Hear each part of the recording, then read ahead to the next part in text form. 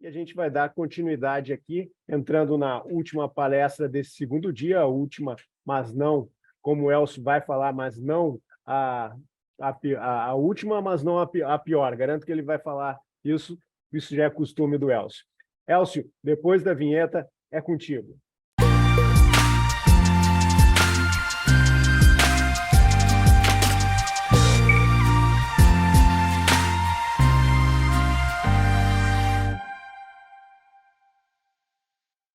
Bom dia, Elcio. A Olá, última Dylan. palestra, mas não a menos importante, é isso? Certamente não a menos importante. A gente vai ter que fazer alguma coisa para segurar o pessoal aqui, né, Dylan? O Hora do nível almoço. das palestras estão lá em cima, né? Sim. Então, vamos tentar trazer aqui informações. E eu vou apelar aqui, Dylan, pela primeira vez aqui, eu vou lançar em primeira mão aqui o nosso primeiro número de intenção de plantio para essa temporada. Então, o Dylan deve ficar bravo comigo, que nem a agência Safras está sabendo ainda desse número. Vai ser em primeira mão para vocês aqui, e com certeza depois a agência Safras também vai repercutir esses números aí. Então, segurem com a gente aqui. Lá no finalzinho, eu vou deixar o finalzinho, porque eu sei que agora eu começo a concorrer com o almoço, então eu vou segurar lá para o finalzinho para a gente passar esse nosso número de intenção de plantio. É um novo e é o primeiro que nós vamos ter aí para o Brasil, aqui divulgado pela Safras e Mercado. E Safras e Week e trigo tem dado muito certo essa dobradinha aí, Dina. Desde que nós iniciamos o primeiro Safras Week, no primeiro Safras Week do ano, a gente divulga um potencial de produção que vai ser recorde, e no segundo a gente confirma esse potencial. Então, segurem que aí no final nós vamos falar um pouquinho sobre o que a gente tem para esperar, né, dessa próxima temporada em termos de produção. Mas tem muito da atual temporada ainda para a gente falar, e o nosso foco vai ser exatamente aqui nesses 30, 35 minutos que a gente tem, falar deste mercado na atual temporada. Eu sempre gosto de usar essa dinâmica, Dylan, de começar a falar do mercado vindo de lá para fora. Então, quando a gente chega aqui no mercado... Só para te dar vou te dar um tempo aí a mais, porque como atrasou, estava marcado até as 11h40, mas pode falar até as 11h50 e depois a gente inicia as perguntas e respostas. Tá ok, né? Tá ok, Elcio? Tá ok. Obrigado, Dylan. Agradeço o tempo a mais aí e prometo que vou ser aqui um narrador de futebol o mais claro possível para a gente conseguir passar todo o nosso conteúdo aqui. E como eu havia falando, Dylan, eu gosto de usar essa dinâmica de trazer o mercado de fora para dentro. O que está acontecendo no mundo, como isso está refletindo nas bolsas norte-americanas, as bolsas norte-americanas refletem no mundo como um todo, e aí chega no Mercosul, e do Mercosul, dado uma taxa de câmbio, chega no Brasil. Eu costumo sempre dizer que aqui no Brasil a gente só é passageiro, né? Passageiro de um trenzinho argentino que anda nos trilhos das bolsas norte-americanas, que depende do relevo do mercado mundial. Bem verdade que este ano nós somos passageiros aí, cheio de dinheiro para viajar, que estão com bastante trigo. A gente tem um trem argentino que está bem complicado, a manutenção desse trigo argentino está ruim, porque a safra foi muito baixa. E os trilhos das bolsas norte-americanas, que normalmente seguem no relevo do mercado mundial, estão passando meio que por uma ponta em cima desse relevo, em função da quebra da safra dos Estados Unidos. Não quebra das safras, mas da pouca oferta dentro dos Estados Unidos nos últimos 2 anos. E no cenário internacional, a gente tem com perdão da palavra, mas uma montanha russa, né? Especialmente após a invasão russa à Ucrânia, que trouxe uma bagunça ao mercado internacional. Mas a gente vai entender isso com calma, para chegar dentro dentro dessa lógica que a gente colocou para a apresentação de hoje. Só para confirmar e para justificar essa postura de começar a falar do mercado vindo de fora para dentro, eu gosto de trazer esse gráfico aqui que mostra os preços de Kansas aqui em vermelho, os preços na Argentina em verde e os preços no Brasil em amarelo. A gente vê que existem momentos que eles descolam, né? Afinal de contas, a gente está falando de 3 sazonalidades diferentes. No hemisfério norte dos Estados Unidos, a colheita é de junho até setembro, aproximadamente. No Brasil, de setembro até dezembro. Na Argentina, de dezembro a janeiro. Então, são períodos de ingressos de safra diferentes, mas eles caminham juntos. Isso que a gente tem que levar em consideração. Por isso que eu digo que a gente é passageiro desse mercado internacional, claro que considerando preços em dólares por tonelada. Beleza? Então, vamos começar a nossa viagem vindo do mercado internacional. O que a gente tem para falar do mercado internacional? Aqui, considerando a temporada 22-23, a gente teve quebras significativas em algumas regiões de produção. as principais, Ucrânia e Argentina. Os motivos são bem conhecidos. A invasão russa à Ucrânia complicou muito essa safra, que ela já tinha até sido plantada, mas complicou muito o manejo da cultura, por isso teve uma queda de 12 milhões de toneladas. A Rússia tinha, na temporada anterior, produzido 33 milhões de toneladas, né? Então, teve uma queda de 12 milhões, exatamente porque, enfim, um país invadido, todo o manejo foi complicado e por isso nós tivemos essa queda acentuada da produção. Até ainda no final da temporada 21-22, que foi lá de fevereiro até maio, nós tivemos ainda a dificuldade de exportar, por isso aquela safra grande de 33 milhões não foi toda exportada. Já antecipando para a próxima temporada, mais uma vez, a estimativa de queda de produção na Ucrânia. Então, a produção que era de 31, caiu para 21,5, e na próxima temporada deve ser de 16 milhões de toneladas. Então, o saldo exportável ucraniano na próxima temporada vai ser pequeno. No caso da Argentina, a gente vai falar com um pouco mais de calma, mas é a questão da seca mesmo, já foi também comentada em outras culturas, aí para o trigo foi terrível, uma queda muito acentuada.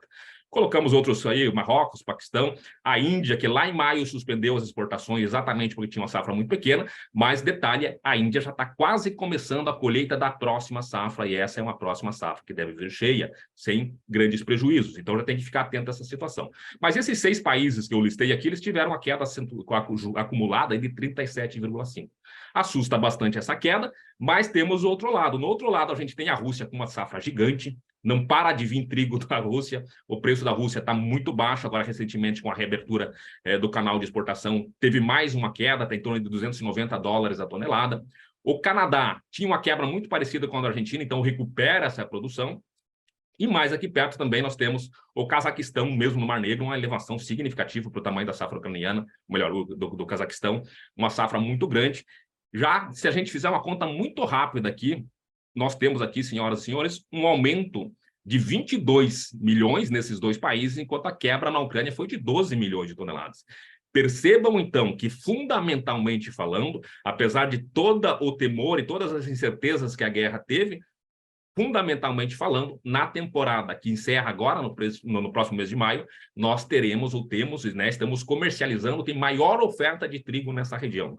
Então, não teve escassez de trigo, apesar da ausência ucraniana. Então, esse é um fator interessante para a gente ver que muito mais, até, claro, que tem todas essas incertezas que vão muito além da questão fundamental, mas, fundamentalmente falando, a ausência ou a redução ucraniana não impactou negativamente a produção ou a oferta de trigo naquela região. Austrália e Brasil, aqui no hemisfério sul, aumentos e 2 recordes de produção. Então, produção significativa na Austrália. Todos esses aumentos que a gente vê, contando tudo que aumentou nesses 5 países que eu coloquei aqui, são 39,5. Então, já comparado a essas grandes quebras, já tem um aumento superior às quebras. E no total do mundo, né, total mundial, o aumento foi de 9,7 milhões de toneladas na produção. Lembrando sempre, nós estamos falando da temporada que começou em julho de 2022 e vai agora até maio de 2023. O mercado já começa muito agora a ver a safra de inverno, que vai ser da temporada 23-24. Porque nós estamos falando desses números 23, 22, 23, esse aumento de 9,7 do consumo em relação, ou melhor, da produção em relação ao consumo, é um aumento de 1,272. Quem são os grandes fornecedores de trigo no mundo? Quem tem trigo para vender no mundo? Considerando a produção e o seu consumo interno. Primeiro, a Rússia, com 46,5, é um gigante cada vez mais despontando. Se a gente viesse caminhar aqui para 2014, por exemplo, os Estados Unidos estavam nesse posto da Rússia e a Rússia estava lá atrás da União Europeia. Então, uma produção que aumenta cada vez mais na Rússia, é quase que um monopólio, né? As condições climáticas são muito para o plantio do trigo, é quase que um só para o plantio, tem outras culturas, mas principalmente o trigo. A Austrália surpreende muito, a safra australiana é gigante esse ano, o ano passado já tinha sido recorde, então 30,5 milhões de produção em relação ao consumo. Depois Canadá e União Europeia. Se a gente colocar aqui em aumentos, nós tivemos aumentos, claro, em relação ao ano passado de saldo, desses 3 países aqui que eu comentei, os 3 primeiros, e também do Cazaquistão, também, que a gente já colocou nos slides anteriores. E quem vem perdendo muita força, com certeza, os Estados Unidos, a presença norte-americana está cada vez menor, a área tem reduzido, uma disputa muito grande com soja e com milho, e, além disso, neste ano comercial específico, a Argentina. Não é nada questão de política, igual em outros tempos a gente teve questões políticas que aglutinaram a produção de trigo, essa questão é climática, resta saber se para a próxima temporada a condição climática vai ter que ser reequilibrado, tá? Acho que nós temos essa resposta amanhã com o Marco Antônio, então, na palestra de amanhã, mas uma queda muito acentuada. Além da Ucrânia, que é a questão mesmo da guerra e que vai ficar, enfim, vai demorar um tempo até ter essa recuperação. Bom, essa é a situação. Então, tem um pouco mais de produção em relação ao consumo, e se a gente colocar isso no contexto global, a gente vai ver que de 2014 e 2015 até 2019 e 2020, os estoques foram se elevando. Saíram de 225 e subiram para chegar a 298. Basicamente, aqui porque a gente teve produções superando o consumo. Então, a relação estoque-consumo, que era de 32, por exemplo, foi para 40. O que é essa relação estoque-consumo?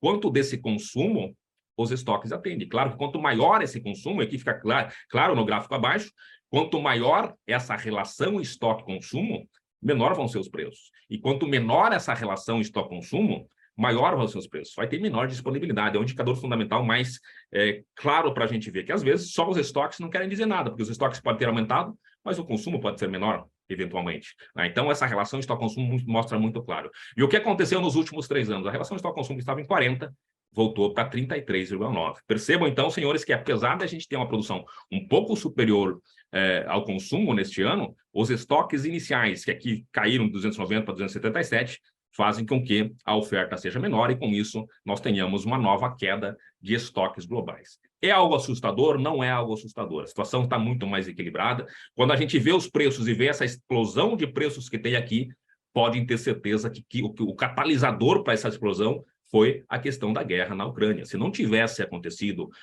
toda a situação da guerra na Ucrânia, certamente os preços não teriam atingido os atuais patamares. Resta saber se os preços vão voltar aos patamares pré-guerra, anteriores à guerra. Ou já estão anteriores à guerra, mas ainda no momento de oferta mais enxuta. Mas o que a gente viu em outros anos, por exemplo, se vocês verem aqui a bolha das commodities de 2017 e 2008, a partir de lá os preços não atingiram mais aqueles preços que atingiram, que tinham antecipadamente. Então, resta essa dúvida também, não tem como a gente responder isso, mas uma nova explosão de preços, e será que a partir desse tsunami que tem aqui, o nível do mar vai voltar para o mesmo depois de normalizada a situação? Mas a situação global não é uma situação de aperto, é uma situação ajustada, mas não apertada para o abastecimento para essa temporada. Então, justifica muito essa tendência que a gente tem de descolamento de alguns preços. Digo descolamento porque nos Estados Unidos a situação é de aperto. Vamos dando uma caminhada na nossa palestra para a gente chegar nos Estados Unidos, uma referência que não tem como a gente deixar de falar. Como eu havia falado, eles têm perdido a sua participação no cenário internacional, mas ainda têm as bolsas que são referências para todo o mercado global. Quais são os primeiros pontos que a gente tem? O fórum do USDA, divulgado no final do mês de fevereiro, trouxe um aumento de área estimado para os Estados Unidos de 8,3%. Essa é a primeira indicação que a gente tem. Agora, no final de mês de março, a gente tem a confirmação dessa área, né? O primeiro número, na verdade, de área para os Estados Unidos, mas quando a gente fala de trigo, a safra de inverno já foi plantada, então é um número muito mais próximo já do que deve ser a realidade, pelo menos para a safra de inverno. A safra de primavera aí vai ter os seus ajustes, mas vai ser um número muito importante. E em maio, aí sim, o USDA divulga o primeiro número completo para todo mundo de oferta em demanda. Então, vocês estejam preparados que, com certeza, nesses dias 31 de março e no relatório do USDA de maio, em primeira mão, quem assina a plataforma Safras com certeza vai ter esses números que sempre que sai a gente coloca em tempo real, só o tempo de repassar essas informações que a gente recebe do USDA. Então, fiquem bastante atentos a esses próximos relatórios. Bom, no abastecimento norte-americano, alguns números, para a gente não ficar lendo o número aqui de forma demasiada, mas alguns números chamam a atenção. Nós tínhamos em 2018, 2019, o início de 2018, ou seja, lá em junho de 2018, os Estados Unidos tinham quase 30 milhões de toneladas. Ao final dessa temporada, em maio de 2023, esses estoques norte-americanos serão de 15,5 milhões, segundo o último relatório do USDA. O menor número desde 2007 e 2008. 2007 e 2008, ano da bolha das commodities, aquela explosão de preços que a gente teve lá em 2007 e 2008. Então, é muito pouco trigo. Perceba que nós temos aqui os volumes aqui de exportação, que estavam 25, 26, nas últimas temporadas caíram para 21.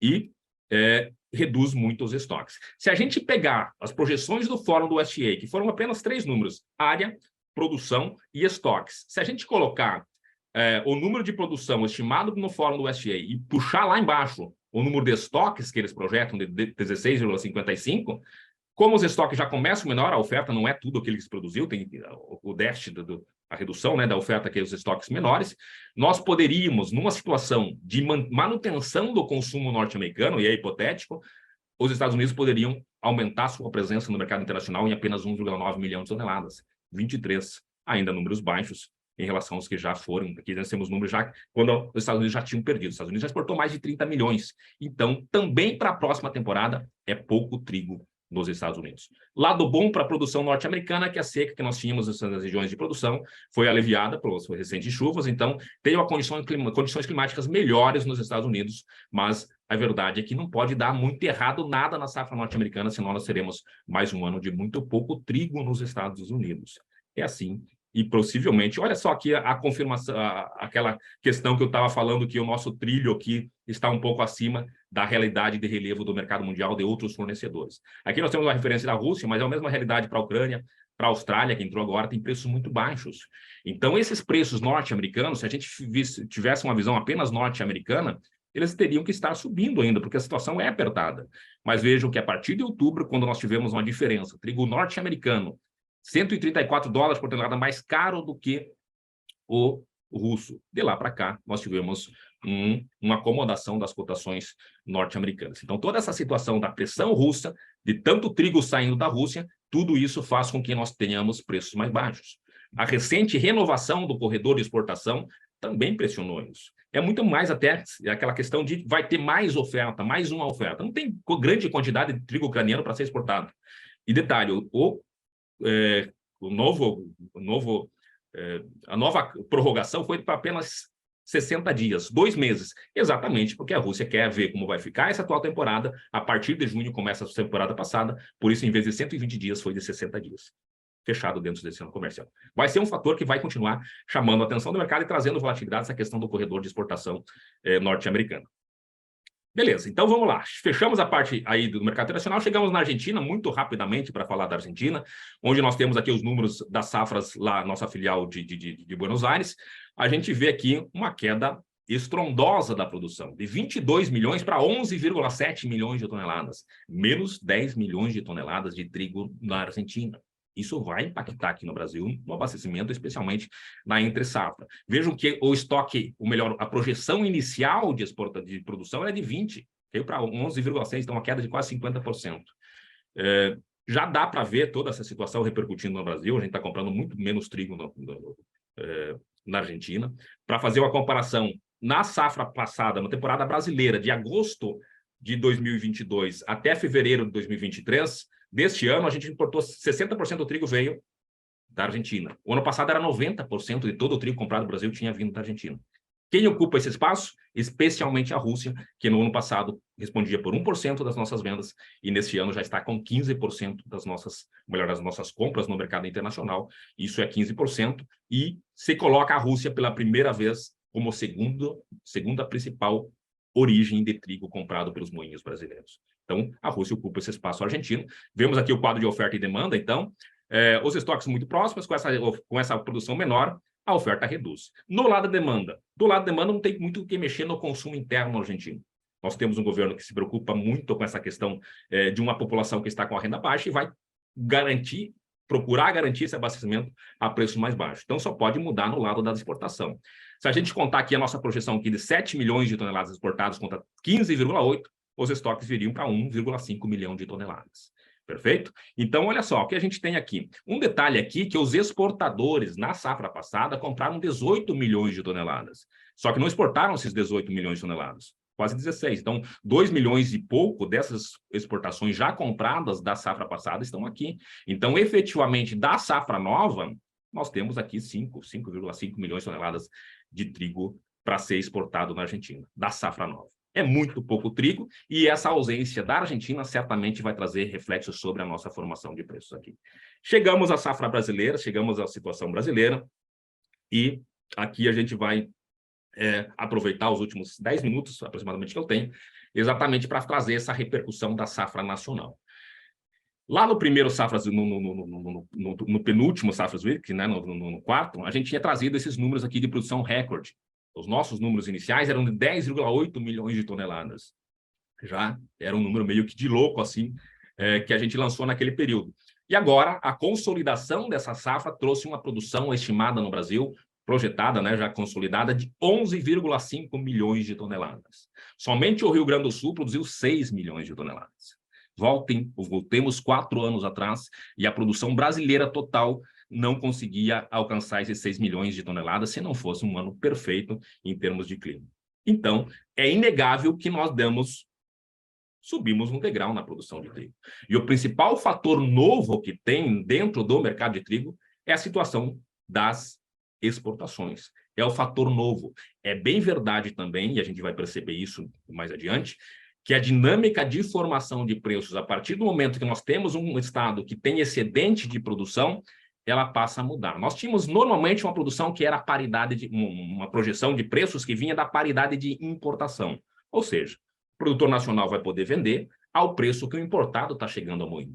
Agora, com excedentes, especialmente no Rio Grande do Sul, a gente passa a ter um preço que o produtor vai vender ao preço que está pagando no mercado internacional, porque o moinho não vai pagar mais que isso internamente, está sobrando trigo. Então, muda essa referência de informação de preço para um patamar mais baixo. Paridade de importação é em cima, paridade de exportação é mais baixo, isso a gente vai ver com mais calma. É a principal mudança. Mas vamos trabalhar, então, primeiro, rapidamente aqui. A gente tem muito mais trigo, está tendo muito mais trigo. Para onde vai esse trigo? Beleza? Vamos ver isso dentro de um quadro de oferta e demanda. Percebam, então, a nossa oferta e demanda para essa temporada.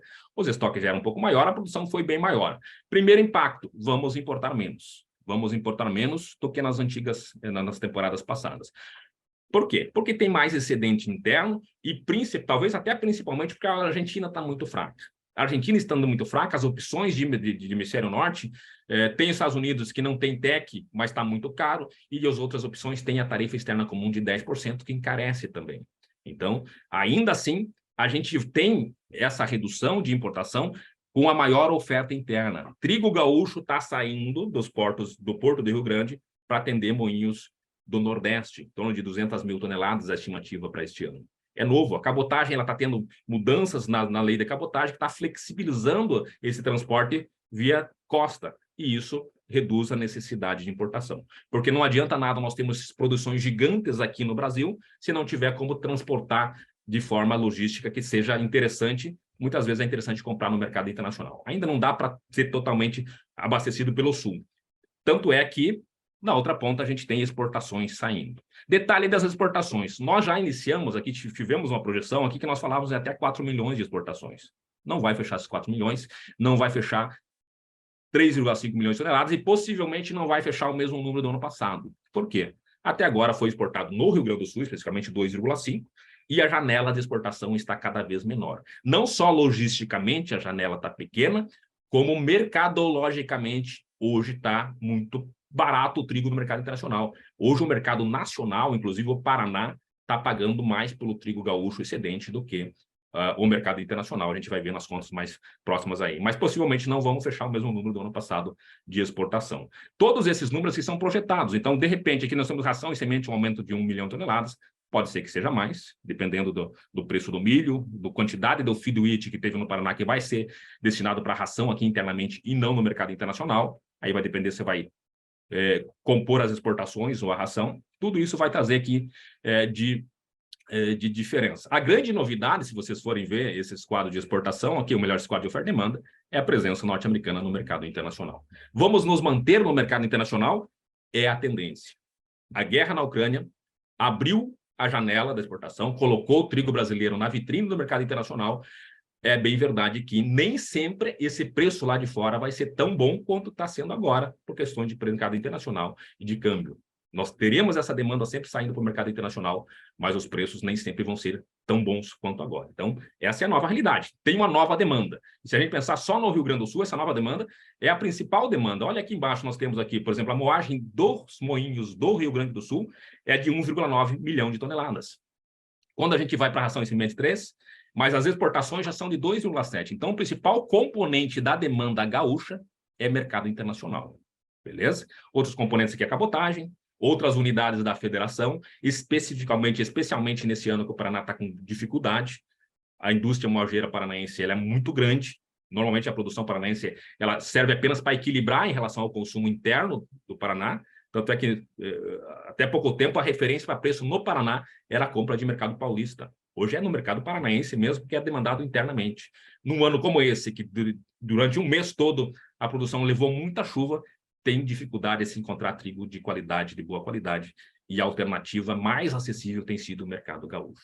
Dessa safra gaúcha toda, nós temos aí de comercialização, dos 6 milhões que tinha inicialmente, já foi comercializado aí, ou está restando apenas 1,77 milhão de toneladas. E nós temos março, né, abril, maio, junho, julho, agosto, setembro, outubro, 7 meses ainda até o ingresso da próxima safra. Então, se a gente fizer essas contas rapidamente do que já foi consumido do trigo gaúcho, se a gente pensar, desses 1,9 que a indústria gaúcha consome, além dos 750 que eles já consumiram, se eles para atender o restante de 1,9 milhão, sobraria apenas 650 mil toneladas, de 620 mil toneladas para serem destinados para cabotagem, ração, sementes, enfim, o que ainda não foi comprado, essas diferenças aqui que poderiam ir para exportação. Está bem ajustado já o quadro de oferta e demanda. Uma safra gigante, mas que foi comercializada, está sendo comercializada de uma forma bastante rápida. É bem verdade que a partir de agora parece que a questão de exportação é cada vez mais complicada. Beleza? Vamos chegando então à nossa reta final aqui, para não fugir muito do nosso tempo. Falar de projeção de preços. Eu sempre coloco a projeção de preços em cima desses 3 pilares de sustentação, 3 vetores de força que vão impactar sobre a formação de preços. A produção nacional. A produção nacional basicamente vai dizer se vai ter excesso ou escassez de produção. Se tem excesso, vai para o suporte da paridade de exportação. Se tem escassez, vai para a importação. Lembra que paridade de importação é o preço que vem lá de fora que determina o preço aqui. Paridade de exportação é o preço lá do mercado internacional que vai determinar quanto o moinho nacional vai pagar pelo produto aqui. Em tese, se a partir do momento que lá fora está pagando melhor, o produtor vai vender para o mercado internacional e, por isso, o moinho teria que garantir esse preço para garantir seu abastecimento. Se tem grande excedente, ele deixa sair um pouquinho, mas a tendência é que seriam essas duas referências de paridade de resistência, né? Suporte e resistência seria paridade de exportação e importação, respectivamente. Outras referências que a gente tem que ficar atento nesse novo mercado de trigo. Primeiro, trigo no Paraná. Atualmente, as indicações de 1.710 no interior chegariam nos portos dos moinhos de Curitiba, a 1.760. O trigo gaúcho hoje a 1.440 chegaria em Curitiba a 1.806. Ou seja, nessa questão, teria que estar 1.400 para ser competitivo lá em Curitiba, já incluindo aí a questão dos 12% de ICMS. Por que eu digo já incluindo os 12% de ICMS? Porque o 12% de ICMS pode ser creditado na farinha na hora do moinho vender. Então, tem essa situação. E outra situação é que, se considerar regiões mais oeste paranaense, o frete que a gente está considerando aqui de 150, pode ser em torno de 100. E aí já viabiliza essa compra de trigo no Paraná, de trigo gaúcho no Paraná. Inclusive, o que tem segurado uma alta maior dos preços no Paraná é exatamente a possibilidade de venda de trigo gaúcho. Bem verdade também que nós estamos agora num momento muito lento do mercado, porque a gente está pensando muito agora na questão da safra, na comercialização.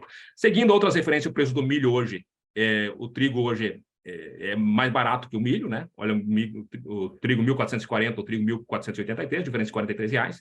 O preço mínimo, que é outra referência, nós não vamos atingir, já dificilmente vai voltar, a tendência de preço agora, a partir de agora, é de alta. Paridade de exportação está muito acima dos níveis atuais.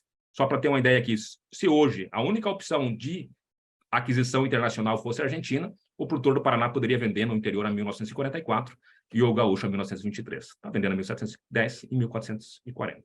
Então, está muito fora. O que conta aqui para essa nossa conta é exatamente, olhando para a ótica do moinho, que comprar trigo gaúcho hoje é R$ 117 por tonelada mais barato do que comprar trigo argentino pelo moinho do Paraná. Então, leva a preferência ao trigo gaúcho nesse momento, sempre lembrando as questões de qualidade também. Se fosse competir no mercado internacional com a Argentina, poderia vender a 1.553, acima dos preços atuais. Mas a principal referência atual é o trigo do Mar Negro, e para competir hoje com o trigo do Mar Negro, teria que vender no interior do estado a 1.327. 1.327 para um trigo com 12,5% de proteína, que, diga-se de passagem, é muito difícil hoje de fechar o navio com essa quantidade de proteína. Beleza? Estamos chegando ao nosso final aqui. Então, como eu havia prometido, vamos falar da próxima safra. Qual será a área da próxima safra? A expectativa é, senhoras e senhores, de um novo aumento. Por que este aumento? Soja atrasada no Paraná. A soja atrasada no Paraná, ela empurra o milho safrinha para perto da geada. E muitos produtores que no ano passado deixaram o trigo para vir para o milho safrinha podem aproveitar a situação que ainda é favorável do trigo para apostar mais no trigo. Beleza? Isso aumenta esse aumento, leva essa projeção. A Maísa já ajudou muito na palestra anterior, custo de produção em baixa. Custo de produção em baixa, ou queda do custo de produção, tem sido menor do que a queda dos preços, percentualmente falando. Quer dizer que a margem pode ser melhor na próxima temporada, beleza? No caso do Paraná, tem uma questão de divisão do estado, na metade mais norte, aí a gente tem uma situação de aumento de área, e na metade mais sul, disputa especialmente com a cevada. Já era uma safra muito grande, porque aqui não tem disputa com o milho safrinha. Metade norte perdeu para o milho safrinha. Metade sul já tinha plantado muito bem. Na próxima temporada, uma nova planta industrial que vai consumir cevada pode levar a cevada a roubar espaço ou área de trigo. Então, essa é a situação do Paraná. Aqui no Rio Grande do Sul, os 2 últimos anos de El Niño foram muito bons aqui para o Rio Grande do Sul, né? As safras passaram quase que ilesas, algumas situações climáticas se complicaram, mas, de um modo geral, passaram muito boa, e esse otimismo, então, tem sido visto, né? Então, custo de produção menor, demanda por semente tem aumentado, Minas Gerais também vem nessa mesma linha, e por tudo isso que a nossa primeira estimativa de área está chamando, ou está apontando para um aumento de 5% da área plantada. Já sob uma área muito grande, seria de 3,3 para 3,45. Esses são os detalhes das áreas que nós coletamos, a nossa equipe coletou junto com as nossas fontes. Teria um aumento de 5%. E a partir daí, qual será o potencial de produção? E antes de falar desse potencial de produção, eu tenho que fazer aqui um parênteses. Quando a gente fala de potencial de produção, é que, dando tudo certo, isso deve ser a condição ou volume de produção. O que é dar tudo certo na questão de uma safra nacional? Chover a quantidade que necessita para plantar, não gear no período de floração e enchimento de grão. Isso é o principal, o mais crítico para reduzir a produtividade, o volume de produção, e lá no final tem muito mais questão de qualidade, a possibilidade de se chover no período da colheita. E existe um temor, e a palestra, mais uma vez, eu convido vocês para assistir a nossa palestra de clima, porque este ano muda do El Niño, melhor, do Laninha para o El Niño. E El Niño é chuvoso também no Rio Grande do Sul, da forma que foi no Paraná. Então, isso traz um alerta vermelho para a questão da qualidade do trigo. É bem verdade que a tecnologia tem aumentado, melhorado.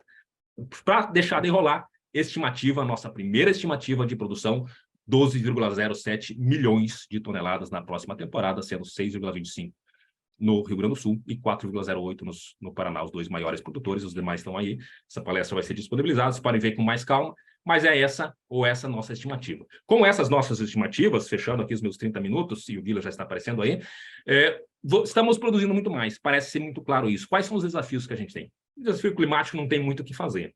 As lavouras estão ao ar livre. O que tem de diferente aqui é o HB4, uma variedade transgênica do trigo, né? A primeira liberada aqui no Brasil, vai ser liberada já para comercialização. Nesse ano, principalmente, não vai ser plantado, mas ele é basicamente sensível à seca, né? É insensível, mas também não é totalmente tolerante. Tem até aqui na Argentina, já está liberado esse HB4, e esse HB4 mesmo com isso teve uma queda significativa. Logística, muito complicada, porque nós temos uma situação de porto que dá um gargalo, a partir do momento que entra a safra de verão, os trigos ficam em segundo plano. Segregação, talvez o mais importante, e depois os fatores que eu vou colocar aqui vão mostrar que a gente tem uma diversificação da demanda que demanda segregar, se separar trigo ruim do trigo bom, trigo com características diferentes, ser separado. É uma situação bastante complicada. Custo de produção que é maior em relação aos outros países, mas as oportunidades estão basicamente na diversificação da demanda. Nós temos hoje demanda para trigo, especialmente no caso do Rio Grande do Sul, para moagem, para farinha, quase 2 milhões, para exportação e cabotagem, que pode chegar a 3,5 milhões, para ração e semente, que coloquei 500 mil toneladas, mas dada a demanda que tem por ração, né, para a nossa indústria aqui de proteína animal, tem como expandir isso, depende sempre do preço. E a novidade é etanol. A partir do final do ano que vem, 3 projetos, 3 usinas que vão consumir até 750 mil toneladas de trigo a partir da próxima temporada. 4 demandas diferentes. Temos possibilidades, se o mercado está ruim, tem outro. E, claro, essas possibilidades também trazidas com outros desafios grandes. Fechamos aí, Dylan, parece que com 2 minutinhos de atraso, eu segui seguindo o meu cronômetro. Agradeço a todos pela atenção. Acho que agora a Adriana deve falar um pouquinho sobre esse nosso curso, com 30% de desconto, nem eu estou acreditando. E depois eu volto aqui para as perguntas. Obrigado por enquanto. Obrigada, Elcio. É isso mesmo, 30% de desconto. A gente nunca teve um desconto tão alto assim. Então, pessoal que quer se especializar aí no mercado de trigo, fazer o curso com o Elcio, aprender mais sobre a formação dos preços, evolução da produção, aproveita aí que a nossa próxima turma é em junho e o cupom AgriWeek30 é válido até amanhã, relembrando isso. Então, se eu fosse vocês, eu já garantia o desconto para se inscrever na próxima turma, em junho, com o Elcio. Obrigado, Adriana. Então, vamos iniciar agora as perguntas e respostas. Elcio, a primeira pergunta é do Éder Rhodes Barbosa. Qual a intenção de plantio e a probabilidade de produção de trigo irrigado no estado do Mato Grosso? Estudos vêm sendo feitos para o plantio do cereal no estado, mas ainda é algo novo para a nossa região. Exato. Então, o trigo no Mato Grosso, ele depende de algumas regiões, né, de maiores altitudes. Seria um trigo irrigado. O grande problema que eu vejo para esse trigo, de início, é exatamente que vai ser um custo de produção elevado. A produtividade, é bem verdade, vai ser lá em cima, mas vai ter um custo de produção elevado e vai ter uma dificuldade, pelo menos inicial, né? Tudo bem se depois a indústria moageira acredite e aposte nesse trigo que vai ser produzido na região e se instale para ter demanda, porque senão esse trigo produzido lá no Mato Grosso vai ter que competir com trigo que vem da Argentina muito barato pelo mar, né, que tem todas as unidades moageiras mais próximas dessas regiões de centros consumidores, tem o sul muito forte e também tem na questão mesmo interna que vai ser, dependendo das regiões, terá que disputar com outras culturas já consolidadas. Não vejo, pelo menos dentro da atual situação, o que aconteceu, por exemplo, a possibilidade de acontecer para o trigo, o que aconteceu para o algodão, por exemplo, que era muito forte no sul-sudeste, especialmente no Paraná, e agora só se fala de Mato Grosso, no Cerrado como um todo. O trigo é mais complicado. Ainda o trigo é muito viável no sul. Toda essa questão que a gente tem de aberturas de áreas do trigo, ela tem sido, por enquanto, muito pontual. Por quê? Porque a tecnologia está aí e permite. A gente sabe que condições agronômicas você tem de plantar trigo em praticamente todas as regiões do Brasil, dependendo, claro, da altitude, enfim, das regiões que vão ser utilizadas. Essa questão agronômica parece muito bem desenhada.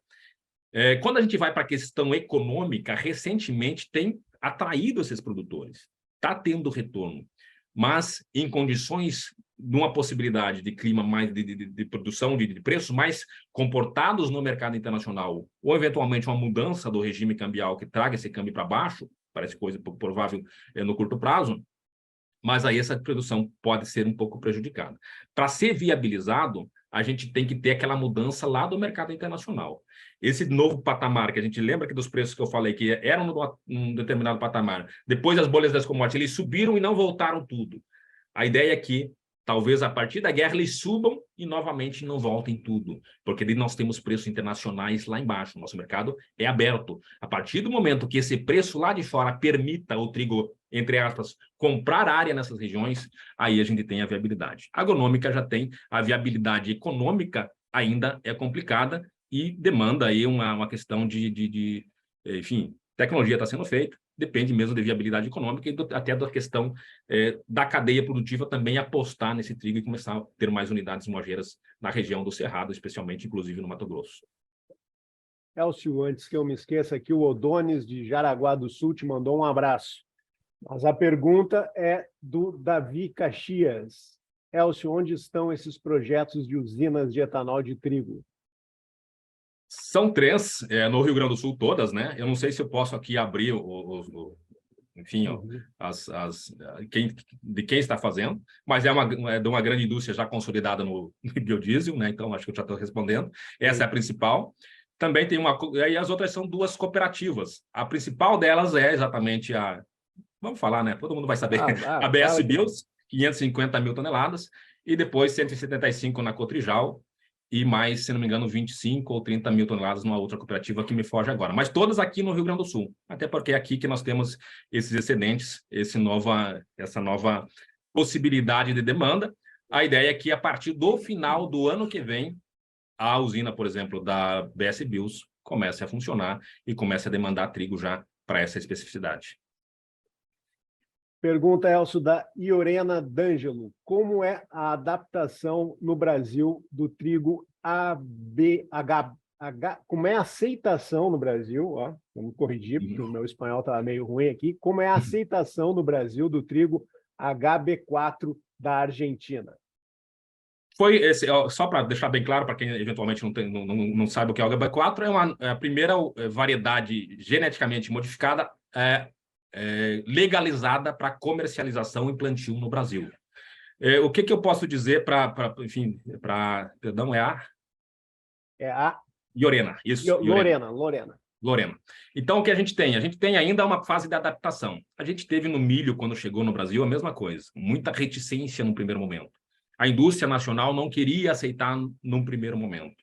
Mas me parece que isso é um caminho sem volta. A gente vai ter que buscar alternativas que garantam maior estabilidade e maior produtividade. Então, eu diria assim, de início, houve um pouco de reticência, mas a tendência normal é que, gradualmente, a gente tenha uma aceitação muito clara. Existem muitas dificuldades, muitas incertezas ainda de como vai ser a rastreabilidade desse trigo transgênico.